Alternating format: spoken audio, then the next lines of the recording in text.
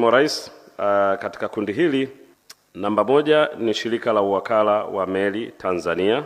Kwa wastani shirika kwa kipindi cha miaka 7 toka 2019-20 mpaka 25-26 wamekuwa wakichangia kiasi cha wastani wa shilingi bilioni 24 kila mwaka.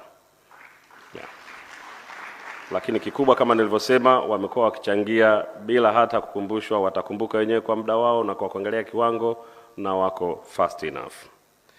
Ya pili ni wakala wa misitu Tanzania TFS. Nao katika kipindi cha miaka 7 wamekuwa wakichangia kiasi cha wastani wa shilingi bilioni 23.5 kila mwaka. Na namba 3 ni wakala wa usajili wa biashara na leseni, ambao nao kwa kipindi cha miaka 7 wamekuwa wakichangia kiasi cha shilingi bilioni 15, wastani wa bilioni 15.6 kwa kila mwaka. Mimi ni kuwashukuru wafanyakazi kwamba tumepata tuzo, na nyie mnajua jinsi tunavyokimbizana humu ndani, kwamba lazima ufanye kazi. Matokeo ya kufanya kazi sasa ndio kama haya.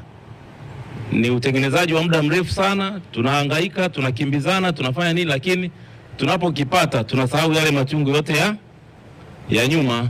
Kwa mfano this time nadhani mapato tuliokusanya tumepita kwa 12%. More than 40 billion tumekusanya.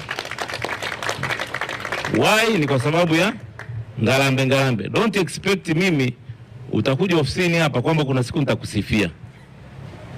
Yaani wewe ni kufanya kazi mpaka mwisho wa mwaka, nini figures ziongeze yenyewe kwamba kweli hawa watu wameperform, na kama mmeperform ndio vitu kama hivi tunavyovipata sasa. Why? Ni kwa sababu hakuna nale. Hapa tumekuja kufanya kazi, tufanye kazi. Wewe mwenyewe siku zote nawaambia, unapokuja ofisini ukifanya kazi matokeo yataonekana. Leo pale Mheshimiwa Rais akawa ananiuliza, anasema umeongeza au umepunguza, lakini mwisho wa siku ni kwamba contribution yetu sio ile ambayo imeonekana pale. Mchango wetu ni zaidi ya ule. Kwa hiyo mwisho wa siku performance haisemi uongo. Mimi niwapongeze sana, na hii nani sio kwamba hii ni umbrella, sio ya Nyaisa. Sawa? Naomba huyu apokee kwa wafanyakazi wote, sawa?